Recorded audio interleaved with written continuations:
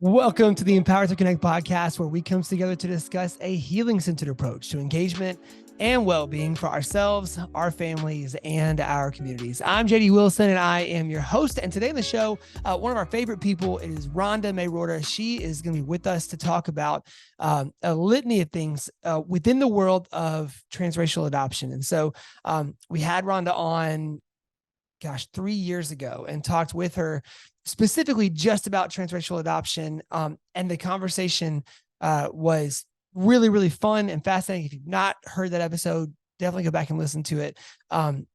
But this one today, we have been noticing, as I'm sure you have in the world, how many times this conversation within transracial adoption gets pulled one side to one specific angle, and stays there. And if you are a transracial adoptive parent or adoptee, or you are familiar with the transracial adoption narrative and at all, you know that no part of that conversation belongs only in one side of the sphere when it comes to talking about it. And so we want to talk about the nuance, the both and, the good and the bad, and those things kind of holding harmony together in this conversation. And Rhonda's definitely the person to do it. Rhonda is an author of multiple books, award-winning books, including In Their Voices, where she went to talk to African-American community leaders and communities around the country to talk about the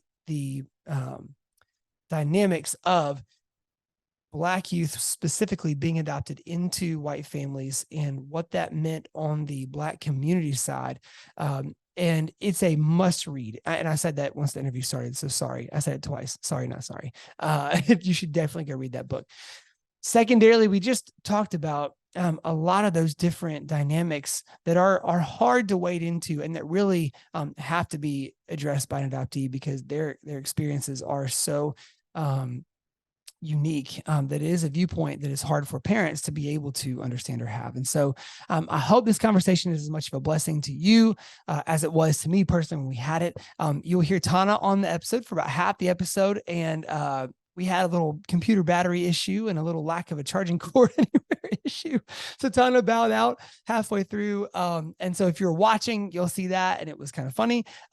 If you are listening, you'll just be like, hey, where's Tana? And that's where she went. Lastly, I would say as a footnote, many of you have heard the story of Michael Orr resurfacing recently with a lawsuit with his, what we all thought was an adoptive family, and the conservatorship that was placed there. There are so many sides of that conversation. We weren't trying to duck that conversation today. In fact, I had planned to bring it up at some point, but we got so deep into the conversation with Rhonda where we were, and it was so rich and so good. I didn't want to deviate from that. And so maybe we will have an episode at some point to talk through that. But if you follow that story at all, you know that is going to require about 6 guests, a panel, and 17 hours of discussion. So that was not one that ended up coming up today, and not because we were scared to have the conversation or wanted to avoid it, just because it is so wildly complicated and the conversation was so good with Rhonda. We just decided to leave it there. So that is all before our interview. I will remind you, if you have not been listening to this part of the podcast, if you're just skipping ahead, and if so, how dare you? We have our first ever Global Connection event coming up November 12th here in Memphis, Tennessee. And we have been holding on and waiting to announce the special guest publicly, but we are finally able to say we are super, super excited to have the one and only Nate Bargatze, who's a Grammy-nominated comedian. He's got multiple specials on Netflix, on Amazon Prime, has just completed what I think is about 18 straight months of touring.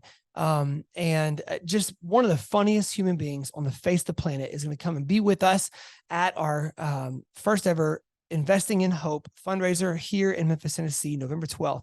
So the reason I bring that up, Nate is going to come and share a brand new hour of comedy. It's unreleased. So if you've watched all the specials, awesome. You should watch them again. That's great. But when he comes, new hour, new jokes, new content. And we wanted to do something different for this fundraiser rather than just have a gala or just have kind of a generic fundraising event like we have all been to before. We wanted to have this kind of thing that would represent us, and just to have fun, share where Empowered to Connect is, where we're going, be excited about that, raise some money so that we can begin new waves and new places of investment with our resources and time as we go out. So I hope you will make the choice to be with us that night. You can go to empoweredtoconnect.org/investing in hope to buy tickets there.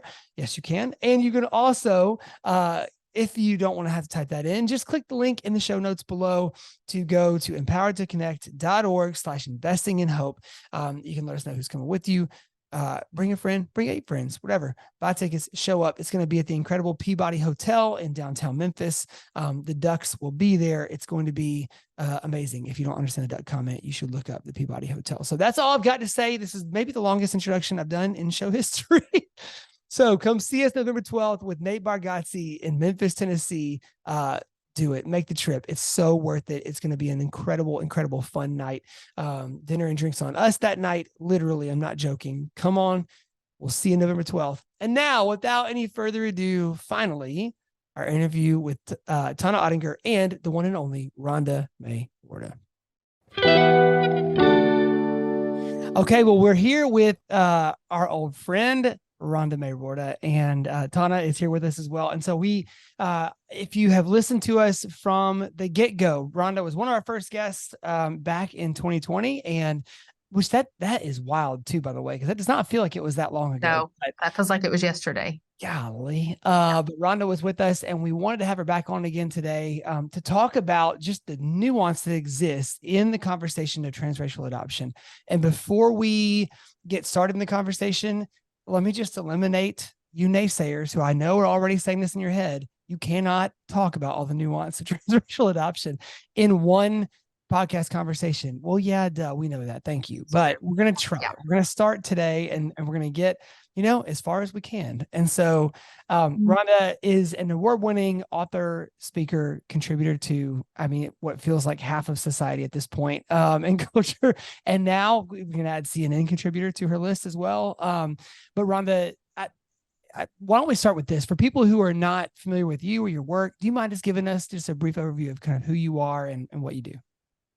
Yes. So first of all, I want to thank Empowered to Connect for having me yet again on your very, very successful podcast. You're doing great work. My name is Rhonda Roorda. I am a Black transracial adoptee. I was raised in the Washington, D.C. Community with a father who originated in Friesland, which is northern part of Netherlands. And then my mother grew up in the Midwest. So I was adopted in the early 70s when the whole conversation around whether a Black child raised in a white home was moral, ethical, and whether it should even happen. Mm-hmm. And the controversy was surrounded by many of the concerns Native Americans had when their children were pulled out of their communities. They were concerned for the child that they would be separated from their legacy, their birth family, their community, their language, their rhythm, their religion, values, just their spirit. And then also for the communities, they were concerned because you pull out children are your future. Mm-hmm. And you're pulling them out of communities, leaving pockets of voidness. And that's the same sentiment the National Association of Black Social Workers had in the early 70s. So me, along with many other adoptees of color, are living life today, still living out whether transracial adoption is effective. And so my books which right now are 4 books that speak to the experiences of Black and biracial transracial adoptees, white adoptive parents who raised the adoptees in the first book, and then also white non-adopted siblings. Those 3 books basically made the case for why it was critical that if we're going to talk about nuance and transracial adoption, we need to hear from many different voices. Yeah. And we never had heard from the communities in which these children were coming from. So in 2015, I published the award-winning book, In Their Voices, Black Americans on Transracial Adoption. And this is the first time that we have ever talked to members in the Black community through the Jim Crow, who grew up in the Jim Crow era, civil rights and post-civil rights. Yeah. Got to hear from them how they grew up, what their values were that they were taught, what made them laugh, what made them cry, what were the challenges around race and discrimination that they had to navigate through. These are conversations that many of them had, whether it was the first mayor of Philadelphia, W. Wilson Good Sr., who is also my godfather, or the great-grandson of W.E.B. Du Bois, or world-renowned folk or social workers, etc. A lot of these conversations that these individuals had in their homes were lacking in the white homes that adoptees across the board were dealing with in their white homes. And so, what were those lessons that we could learn? What were and what were the truths we could embrace? And when you start talking around those areas, it's not just Black and white. Mm-hmm. It's nuanced. It's a fascinating book, by the way. Like, if you don't have that book, if you haven't read it yet, go pick it up. We'll have a link to it in the show notes below. And I think I told you this last time that you were on, so it's not new to you. But if you have not listened to that interview, you should definitely go back and listen to it with Rhonda. But it is a perspective that I am embarrassed to say I had never even thought of before diving into the book. And so, as a transracial adopted dad with 2 African-American kids, like, I would say if you're in that same boat at all, mandatory reading. You should definitely go read it. It is powerful. Rhonda, maybe before we even jump into what we said we were going to start with, maybe we could talk about the formation of that book. And maybe, I don't know if there are stories you can remember from when you were writing it that dealt directly with this topic of nuance, and stories that might, to the majority culture community, seem like they are very black and white, one way issues. But then when you were writing the book, you found a whole kind of, whole new side of the story as you talk to those communities. Yeah, so I will draw from the late Cyril Pender, who in the 60s, 70s played for the NFL. I know he played Chicago Bears, Philadelphia Eagles, but he after the NFL, developed a very successful career doing sales as an executive for NBC Network as well as ABC Network. I met him when I was at ABC, and I included him in the book because he became such an extraordinary mentor to me. Mm. And he said some things in the book and to me personally that I never thought of. So when I first met him, I was a junior in college, and I was studying in Chicago in television. And what was extraordinary is that the mentors around me were all Black executives, professionals, people who stopped and poured into me and didn't have to. Sarah was one of those individuals.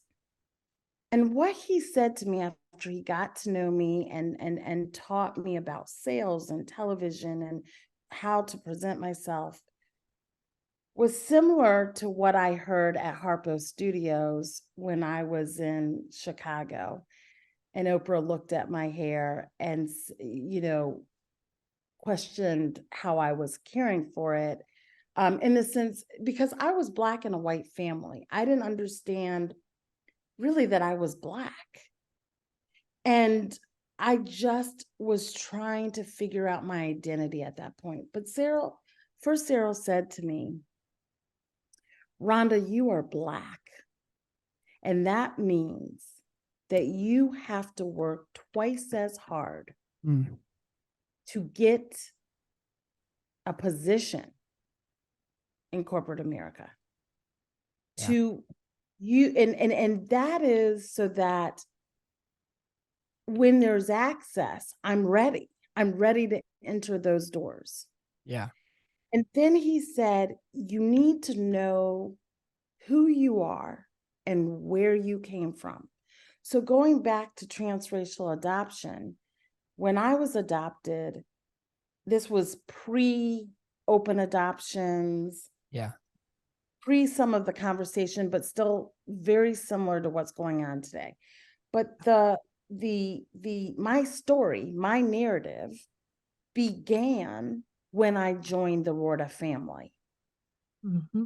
So my past, and this is what I said on ABC Live, my connection to my legacy, my mama, my daddy, where I got my eyes, my wide nose, my lips, my sassiness, my soulful, all of that was built in to my DNA. Yeah. And so when I came to the table, I came with way more than loss and grief. I came with an intelligence. I came with a rich legacy.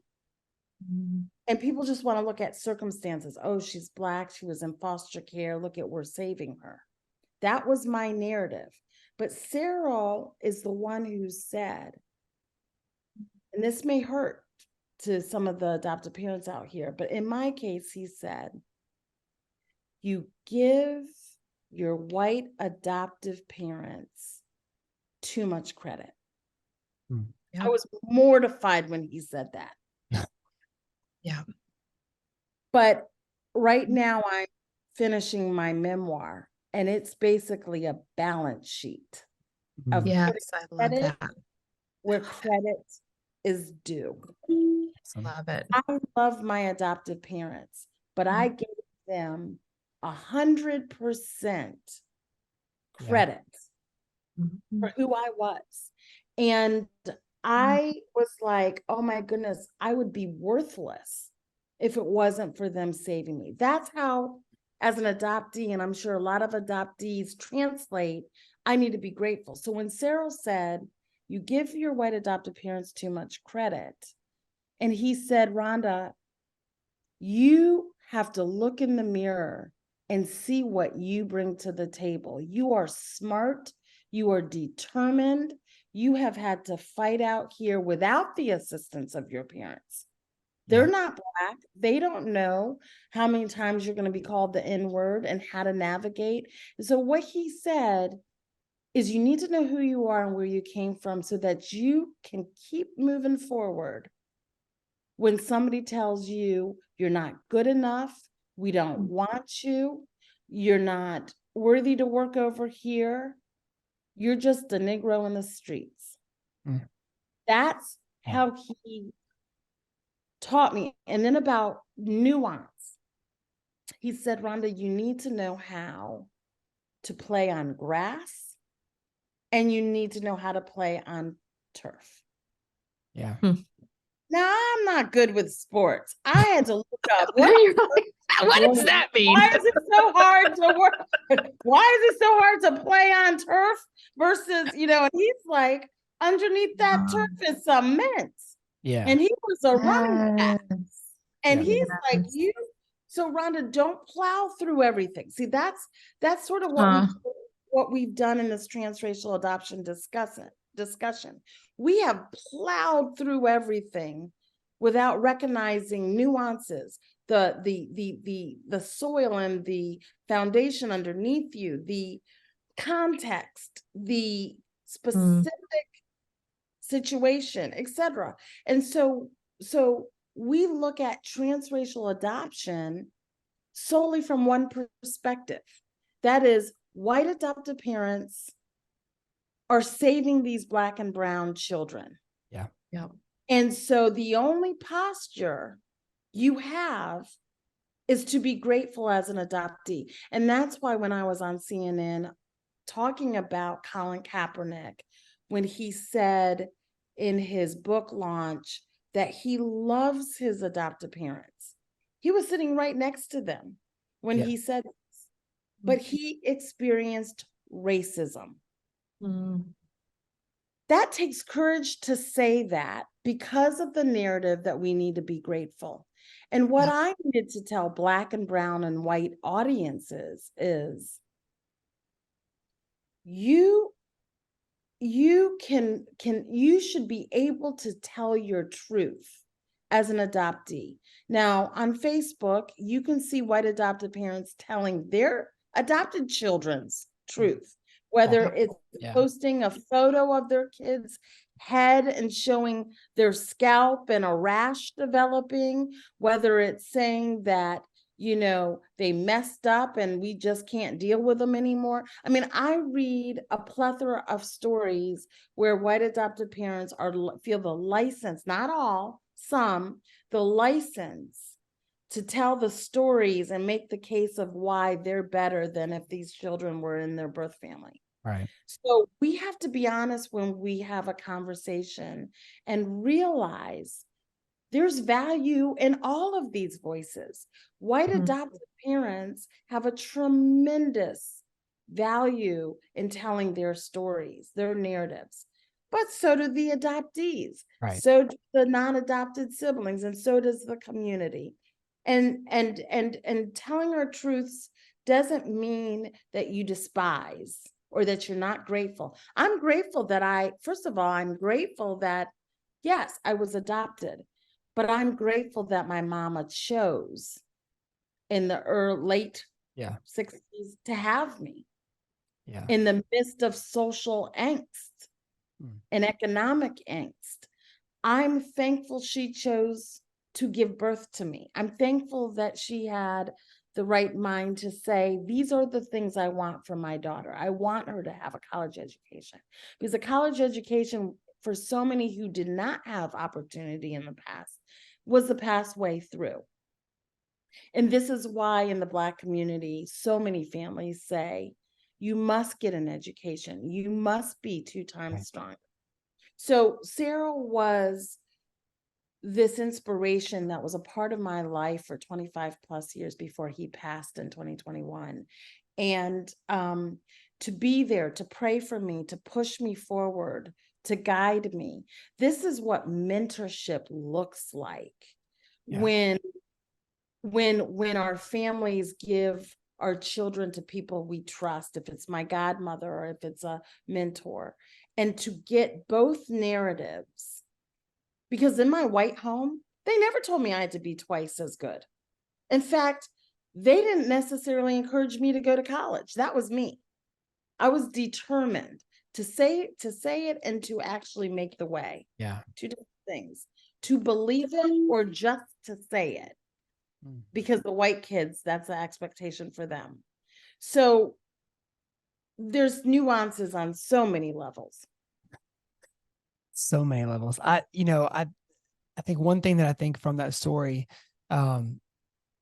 just the graciousness of somebody else to be able to speak some hard truths to you and to say some things to you that, he was not sure how you were going to receive those. Right. And then your graciousness to receive those things and to be able to like take them in and go look and work on them. I mean, I obviously I'm thinking of 10,000 things to follow up with on you right now. I want to talk about Colin Kaepernick and that situation for a second. And so the context, if you're not familiar with the story, when Colin published his, I think his graphic novel a few years ago, he talked about an experience where he, experienced racism in his home.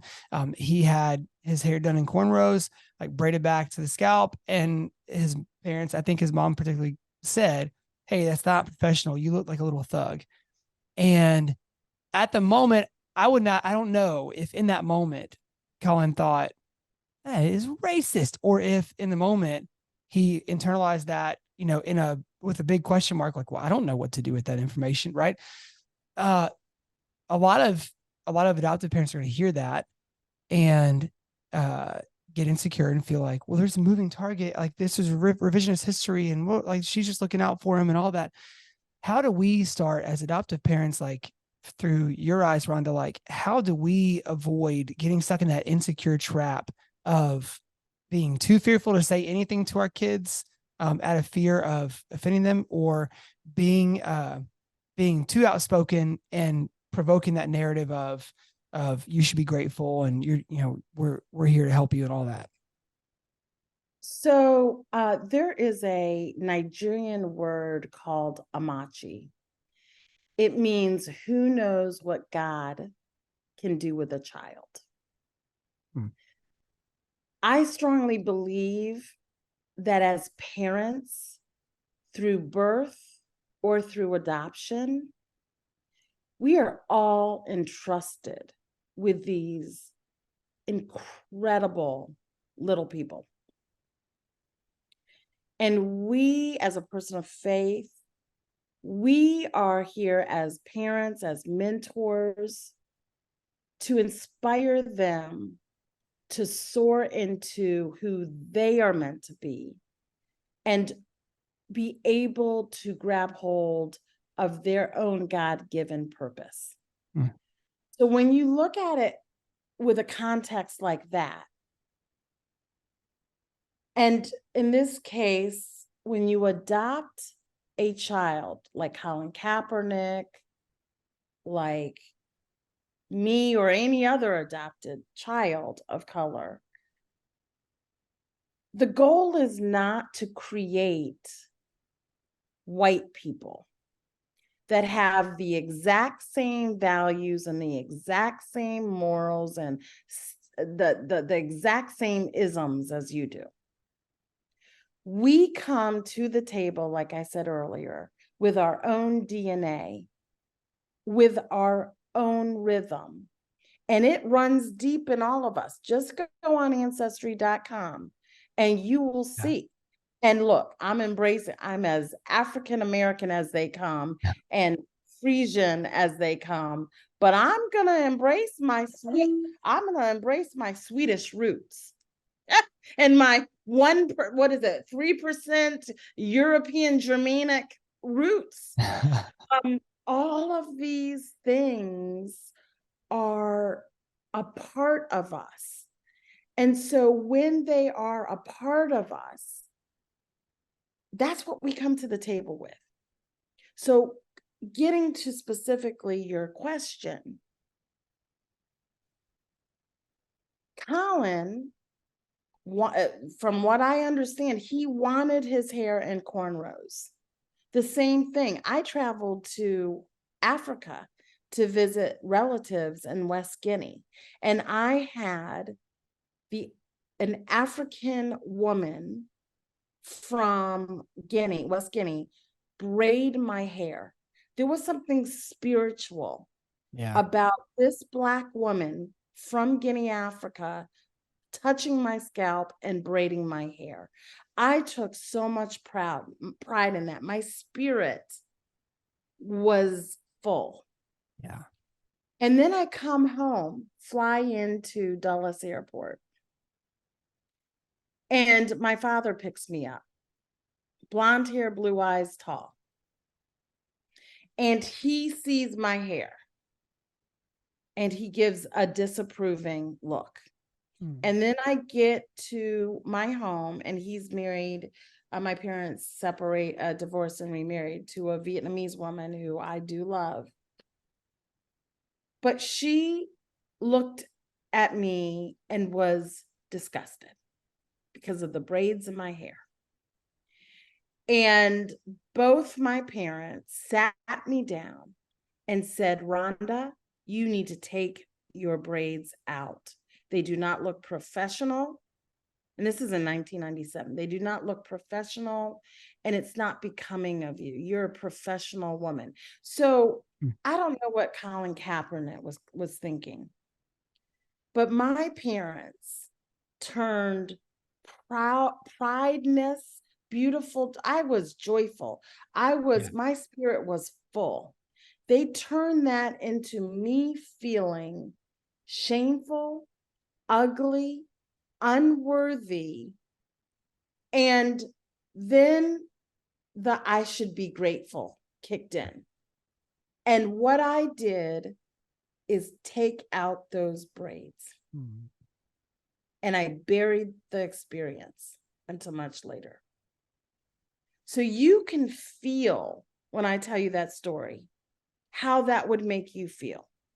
Now, when my father, adoptive father, wanted me to wear wooden shoes that he had to wear when he was in Friesland, Netherlands, and he wanted me to say prayers in Frisian and buy into his values and cultures. And my mom wanted me to read the Today meditation. It couldn't be Our Daily Bread.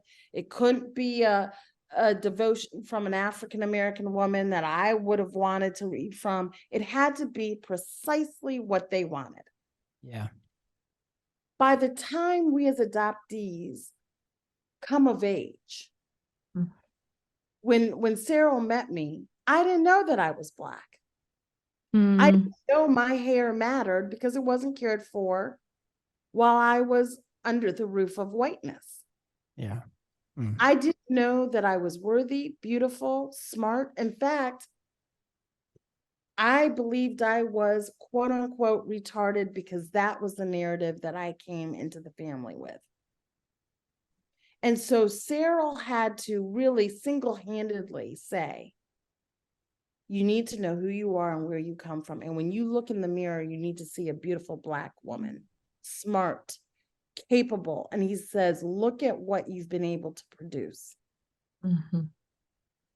That's how you need to think of, you need to think, well, it was how I'd recommend thinking about what do we say, what don't we say? Because when you understand the assignment, everything else falls in order.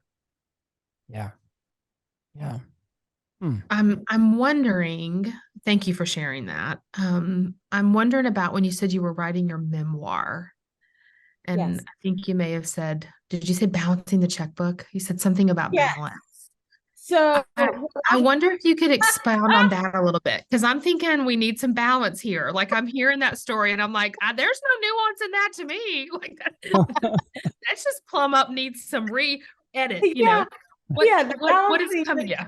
Talk to me about that. Sometimes you got to write notations, and Come on, that's you right. got to write why you're taking money out of one account and putting it in the rightful bank, and you go back years. So in my career as a fund manager, I'm surrounded by fiscal reports, balance sheets, income statements. So my memoir is, in a sense, combining all of myself and talking about balance sheets. Because one of the things that I have experienced as I have spoken on this issue for decades is that people can understand the work it takes to pick out your favorite corporate bond or your CD or your, how or your car or your house. That's sort of the same intensity, if not more, that should go into how we care for our God-given children. And trying to balance to make the balance sheet right. There it is. That's right. Yeah. Is by taking note of what Cyril had said to me. You gave all of your power, all of your power to your adoptive parents. Yeah. Everything you do, he says, as he You're giving heard them credit for, is what you said. That was so powerful. gave Too them much credit. too much credit. Yeah, Not saying that they don't get any credit, that's but right. they get 100% credit. Right. Do you Right. see No, what they I'm do saying? not. Yes. And so there's an interview I did on ABC Live with Kyra Phillips. And it was a fabulous discussion. But I had finished talking about the impact of my African American godmother, the impact of my Black mentors in my life. I finished talking about the value of finding my birth family and how they have poured into me. And she ended it, and I know she meant well, and I am so I just valued the conversation I had with her. But the natural instinct and how she ended it was, your adoptive parents must be so proud of you. And people were like, but she just finished talking about all these African American. Do you see what I'm saying? It's not, she didn't mean it out of malice at all. Right. And certainly they should be proud of me. I would hope that they're proud of me. Right. But that's not the goal, is it? Right. But we Yeah. always go back to Right. Yep. the white parents should be, Yep. should get all the credit. Yeah. Well, what about my mama who prayed into me, who wrote down what is expected of me, that I actually listened to? And that's why I pushed as hard as I did. Yeah. What about my godfather? That the minute he became my godfather has prayed for me, has pushed me, has written recommendations for me, has sat with me while I've cried, has told me, wipe your tears and get back up and keep moving forward. Well, what about them? Yeah.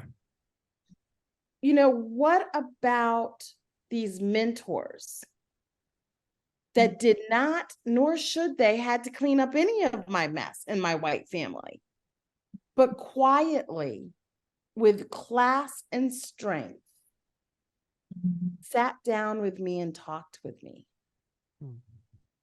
prayed with me, pushed me? What about them? But it's always going back to white adoptive parents, which rang a little hollow since my adoption is fragmented for the reasons we're talking about here. Yeah. Yeah. Yeah. Yeah. Rhonda, I think Yeah.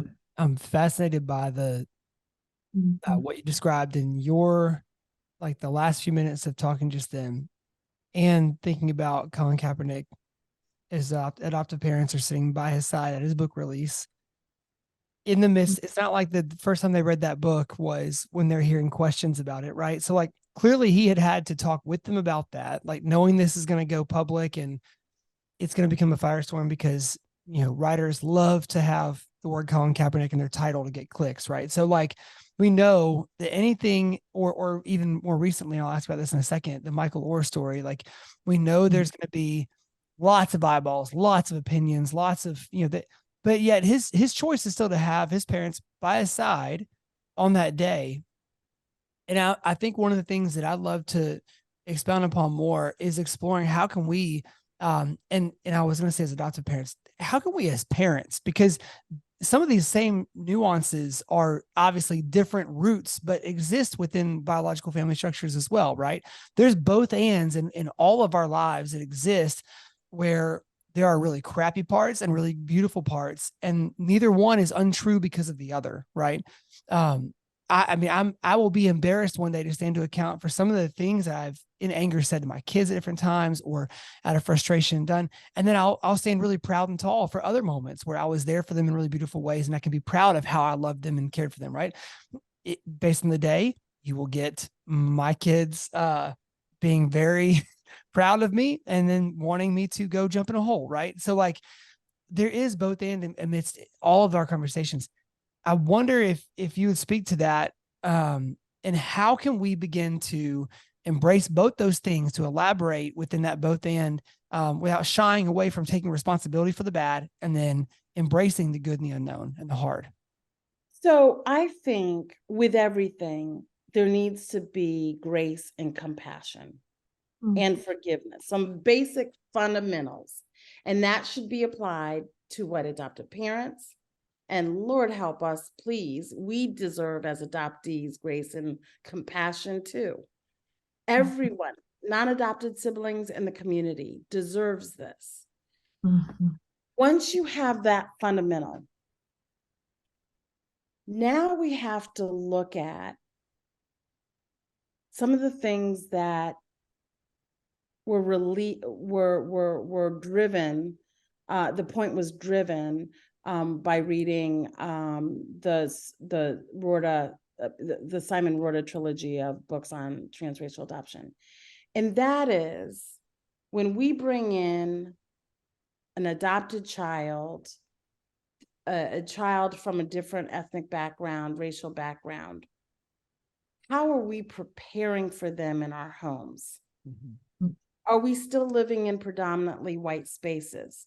Are the people who come to who are welcome to our dinner table, do they look primarily like our white parents, or are there reflections of people that look like us? Yeah. When we go to places of worship, are we welcoming to people that look like our children? What are the assumptions we have? All of this stuff needs to be checked. All of this stuff needs to be checked. And when we do the right things, adopted kids are going to say, mom and dad, mom and mom, dad and dad are seeing me in the picture. We have moved in too many of our white transracial adoptive families in a way that is not flexible to embrace somebody like me. And so this is why fragmented families happen. If my parents don't think that me connecting to my birth family is important enough, even if it's important to me, and they don't go with me on that journey, they don't take the risks with me, they're not there in the emotional turmoil, they're not there. I'm funding it financially, emotionally, spiritually, and they're nowhere in sight, and then wonder why our relationship is fragmented. Yeah. If all of the family reunions are in white spaces, and there's no reflection of somebody that looks like me, yeah, why am I going to continue in the, when I'm 30, 40, 50, 60, going to these reunions? Right. So, and then let me also say this, and this is something that, I did put in my memoir. Why this impacts people like Colin Kaepernick or, anyone who is adopted transracially, whether they're aware of it or not, is because when we get out here in society, people don't see me walking along with my blonde hair, blue-eyed father. I don't have that white umbrella of privilege. They just see my wide nose, big lips, dark skin. And so my solutions can't just be, I have a white father. Society's doesn't care. Yeah. They don't care. So we need more strategies. And so what so many adoptees are realizing is that the journey to find self and to care for self and to embrace our worth takes us in a different way than like what my white brother and my white sister have to deal with, or my white aunts and uncles and cousins. Like, for instance, as far as the balance book, I'm off their balance sheet. My brother and my sister and my dad, my mother, they don't even have to remember that they have a Black sibling Mm, or a Black family member. And they get to go out in this world with a full tank of white privilege. yeah.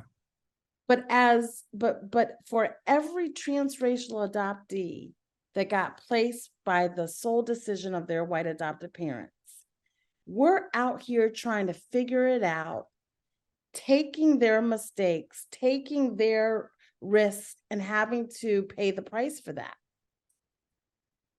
And that's not fair. Yeah. That's not fair. So when you look at that balance sheet, they're getting a lot of these benefits. We're adapting, adoptees are adapting to their comfort level, to Yeah. their values, to their norms. And as long as we do that, then they're not going to get anxious and they might keep us longer. But I knew at a very early age, God was leading me to a place of wholeness. And I Mm, had a long way to get to that place. yeah. So I couldn't rely on my parents because they were not going to go there with me. Mm, They were not prepared to go there with me. They did not want to go there with me because I asked, I begged, I cried, I paid yeah. for, I offered. They didn't want to go. They didn't want to go to my wedding with a Black man. They didn't want to go. So many adoptees are left without networks of diverse people that will support and lift them up and inspire them as they take this journey, many times alone. Yeah. Well, it's the second part of what you said that caught me. I was struck early on in our parenting journey at how wildly unprepared I was to raise children of African origin, period. And how, I was very comfortable beginning the process, very comfortable in the middle of the process.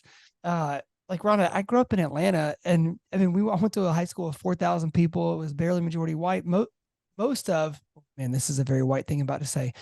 Most of my good friends that I played sports with growing up were Black or from a different ethnic background than me. And because we were growing up in such a thriving kind of metropolis, like a gigantic city as it was exploding in growth, I didn't know other people from, like, I was living in Atlanta, but I didn't know other people who were from Georgia, if that makes sense. Like, we were living in Atlanta, which is sort of this like melting pot city in and of itself, where most of my friends' parents were from California or Chicago or Boston or St. Petersburg or whatever. So we didn't have a geographical identity as much. And a lot of the Southern stuff didn't really penetrate that bubble because there was not Southern norms in the culture I was being brought up in the suburbs. Like, it was sort of like almost a geographical blob, like, of nothing. And so I felt very comfortable because of my exposure to Black culture. And Atlanta is a very Black city. And my first love was hip hop, and I used to hide the radio under my pillow at night and listen. So I felt, in a lot of ways, I felt very like connected and informed of, like, okay, there's some things that I don't know experientially, but I feel like I know sort of a roadmap to help. And I mean, I maybe we were 2 or 3 years in, and I remember just having this hopeless feeling of like, I don't stand a chance at this. I don't even have the first idea of how to walk this road. So the idea of not being prepared for it, I think, is an inevitability for anybody who chooses to walk this journey, be it white families, Black families, et cetera. If you are adopting transracially to some extent outside of prior knowledge, you're probably unprepared to walk that journey, right? It's the want to and the willingness to go there where I Exactly. don't believe you have an excuse as a parent. Yeah. Yeah. Um, And and I look at it, a journey is an adventure, right? You don't have to know everything, but you need to have the curiosity to want to learn. You need to have the courage and the boldness to move forward along with your child if you want to have a relationship with your child as an adult. yeah. And if you want your child to be fully proud of who they are in all of their worlds. Yeah. And we have too many adopted children who are and adults that are walking around horribly wounded, Yeah. and too many adoptees that are 6 feet under prematurely. Mm. I would not be speaking on this topic if I did not see the benefit. If Yeah. I did not see the beauty in our transracial adoptive families, because we have so much beauty and power and abilities in our transracial adoptive family, but we don't look at that because we don't see the whole picture. We don't want to.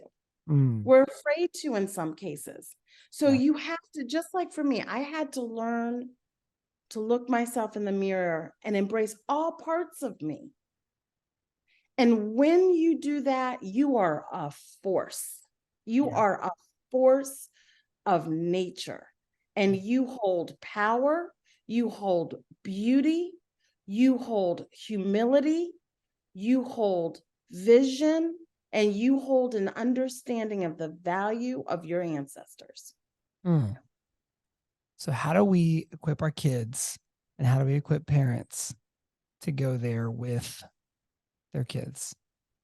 Well, first of all, ask yourself as a adoptive parent, when you look in the eyes of your child, you need to ask yourself, what kind of relationship do I want with my Black and or brown adult child, or a child who is going to become an adult? How do I want that relationship? Do I want to put in the work to keep it? And when you say you want to put in the work to keep it, then you've got to understand transracial adoption is bold, it's complex, and it's context tied. It's a lifelong journey. Yeah. So a parent shouldn't be going to their daughter's house at the age of 40 something and saying it's too hard to have a Black daughter.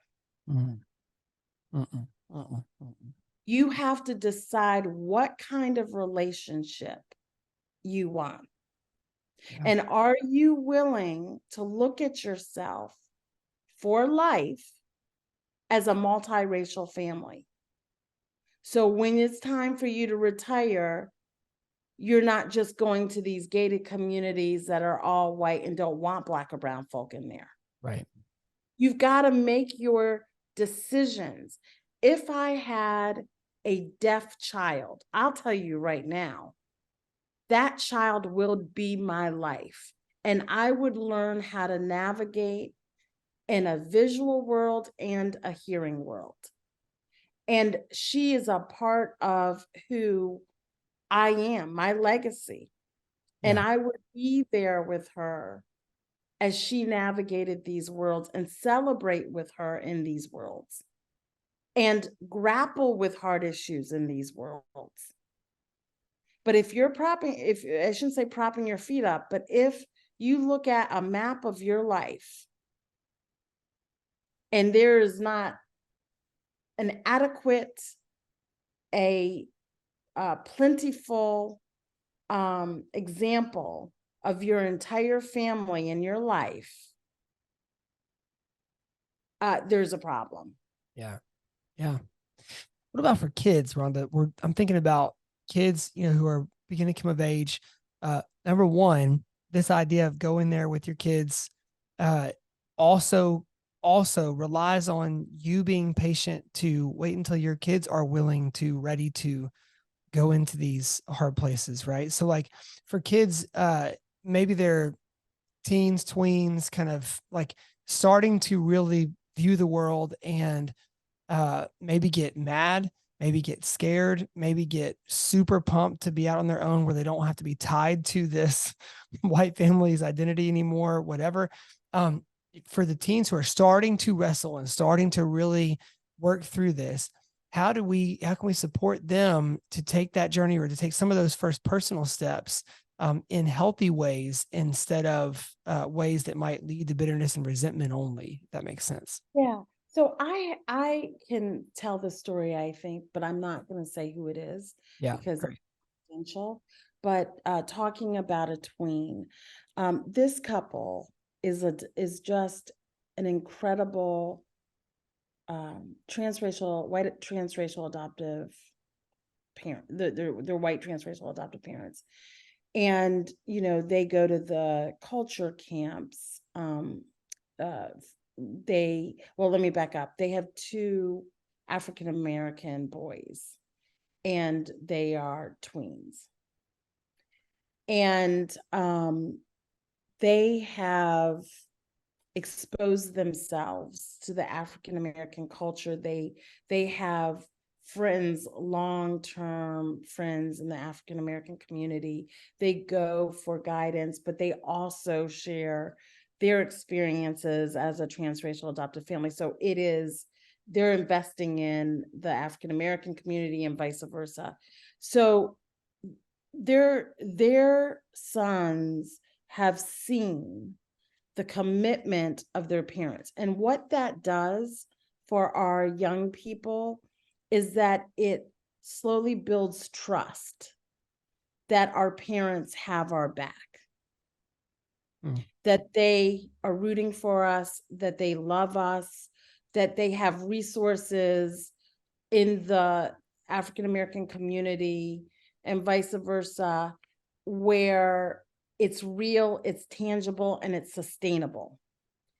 And so recently, to get to your very good question, I got a call, an urgent call from the mother. And she said, I need you to talk to my son. He's questioning why he's not part of his birth family. Mm-hmm. He loves us, but why isn't he part of his birth family? There was a loss in his birth. He lost his father. And he questioned these things, and he was going into depression.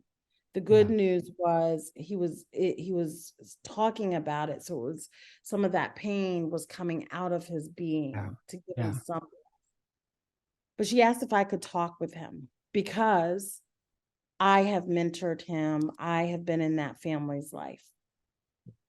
So I got on the phone and I told him, I too am adopted, as you know. And I told him that I would be there for him and I'm here for him and I'm willing to listen as if he's comfortable sharing. And then I talked about my life, about loss, and about my love for my adoptive family. Yeah. And that I talked about the nuance. See, when we talk about the nuance, then it gives us permission to tell our truth. Yeah. Because this young man, I call him young man, but he's a tween. He loves his adopted parents deeply. Those are his parents. But he feels deeply about his birth family. And and that's what I told him. I said, sweetheart, you can have both. And it's okay. You can be ecstatic that you're going to culture camp and then you're going to go see a real football game. And you can mourn the loss of your birth father. When you can have these conversations, it's building trust and continuity. That's what tweens want. That's what they're checking to see. Are my parents strong enough to handle this? Yeah. And when I talked to this young man or this tween, he shared with me what was on his heart. We talked for 45 minutes and his mother was there in the background. And what I said to him is at the end, how proud I was of him that he thought about these things and what it shows of his heart that he cares deeply. And that his parents, his adoptive parents, are there for him. And for him to share with them what is going on. Now, I'm always going to be there. Like I say with my godchildren, I am always going to be there. But you also have your parents who are a great source. Gosh, it's such a hard road to walk. I It's think very hard. what I keep hearing you say is just that the willingness, for parents to fight off the insecurity of at every parent, regardless of your source of parenting, right? Like whether that came biologically or through foster care, through adoption, through other means. Every parent wants to be able to shield their kids from pain, shield their kids from hardship, to keep them from having to walk through hard stuff. And at some point, every parent also has that reminder or that moment of going, yeah, but I can't, right? I can't.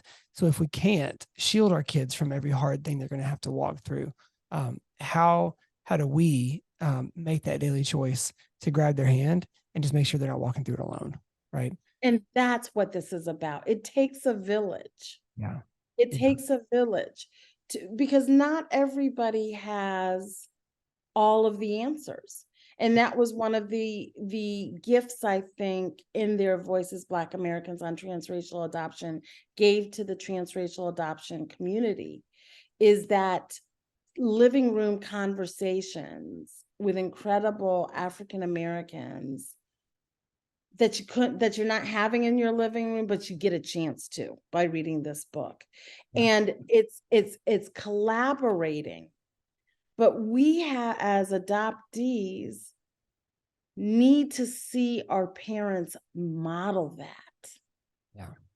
Do you know what I mean? And what happened with the family I'm talking about, what this tween Black adoptee saw was his adoptive parents modeling. They were there, they were listening, they were supportive, and they came in tandem with me to give him encouragement, guidance, and support, and reminding him he's not alone. When you do something like this, you keep these kids not just alive, but you give them the tools to begin navigating out here. Yeah. And that is gold. That's platinum. And then we put in place, he's going to therapy. You put those resources, but you also have these connections. But if this couple didn't do their work, there wouldn't be a Rhonda Roorda talking to this young man. Yeah. Yeah. All right. You've got a book that's going to be coming out sometime in the future. You've written it, it's done. A memoir, the balance sheet, so to speak. And so, I know you talked a lot about it throughout. What is, if somebody asks you, like, Rhonda, what's one thing about this book you're most proud of? What is something that came out of it that you're most proud of as you get ready to launch it here in the future? I think because what's most important is I finally listened to the inner child within me. Mm. And I saw her, I heard her, and as the adult Rhonda, I promised her that I would love her, care for her, and support her. And so my memoir is a tribute to the little girl within me and also to my mama. Love that. Love that. When it becomes available, I'm not asking and telling you, we've got to have you back on to talk more about it and to do a giveaway or something. But Rhonda, thank you so much for your time and sharing everything. I will tell you, if you're listening to this, you're like, well, where the heck did Tana go? Her computer battery died. Okay. We didn't have our cord here today. So her computer battery died, but she also said, thank you for jumping on with us. And so, Rhonda, we appreciate you so much. Let people know where they can find you, information about you, your books, all of that. You can go out to my website, Rhonda M. Roorda. .com. There's also an author page with my first and last name on Amazon, just Amazon, key in my name, and you will see the trilogy of books on transracial adoption and in their voices, Black Americans on transracial adoption. But again, website is probably the ideal place because I have a team of people who will look at, and I will look at any messages that come through there. Okay, before we go, last thing, we got some quick hitter questions for you. Okay, so just kind of first things that come to your mind here. What is something that you are reading, listening, or listening to or watching right now that you love? Or it could be all three. Something that I'm reading is 1,000 Lives by Julia Shears. It is a book that you have to, it's about Jonestown. You have to read and sit down. I just adore her as an author. She's also a white non-adopted sibling. She has 2 Black brothers, but it is a very compelling, she's a New York Times bestseller. Okay. She's compelling work. Awesome. And my devotions. Yeah, of course. Anything you're watching right now that you love? Oh, let's see. Well, see, I just sort of got done writing a book, so I've been watching squirrels. I've been watching squirrels. I have been watching all sorts of birds. I have been in the woods. I have been in the mountains. Awesome. I have been by the beach to bring out the story within me. Creativity. I mean, that seems like a much better thing to watch than TV these days, right? Like that's pretty good. Okay, let's say you can have a dinner guest, dead or alive, over to your house, and you can have whatever meal you want. Who are you having, and what are you cooking? I am having Sterling Brown and his lovely wife and their children at my house. All right, and what meal are you going to bring? I'm going to bring oxtails. Okay. With jasmine rice, asparagus, and I'm going to have peach cobbler. Oh my gosh. Well, I'm going to come as well. I'm just going to invite myself. You're to that. welcome. That sounds amazing. You're welcome. And then last question, what's giving you life right now? I think what's giving me life is that I'm a child of God, and I know it, and I embrace it, and I love all of who I am. And I think from that place, I'm hitting it hard with purpose, and with passion, and I'm loving life. I love that. Rhonda, thank you for joining us.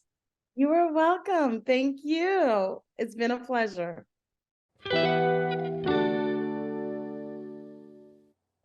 Just love Rhonda and so thankful for her coming on with us and sharing so vulnerably like she did. And I will say, and I shared this with her after we recorded, so many of the questions that we asked today just have come straight from our experience in our community here in Memphis of other adoptive families. She has been so gracious with her time and her willingness to share stories and share her experiences. We're just really, really thankful for her. And she's become a great friend in the process. And so really thankful for her coming on today, and just really want to encourage all of you who are listening to take your kid's hand and to walk through hard places together and to show them experientially that you've got their back. I'm preaching to myself too. So as I say that, I'm saying that to myself too. This is not me pointing that out for you. I'm saying it to me as well. But we got to take our kids' hands, walk through the hard places together, and be there for our kids as they get to embrace all of who they are. So for all of the people here at ETC, for Tana and Mo Ottinger, for our whole team, for Kyle Wright, who edits and engineers all of our audio, and Tad Jewett, the creator of the music behind the Empowered to Connect podcast, I am JD Wilson, and we will see you next week on the Empowered to Connect podcast.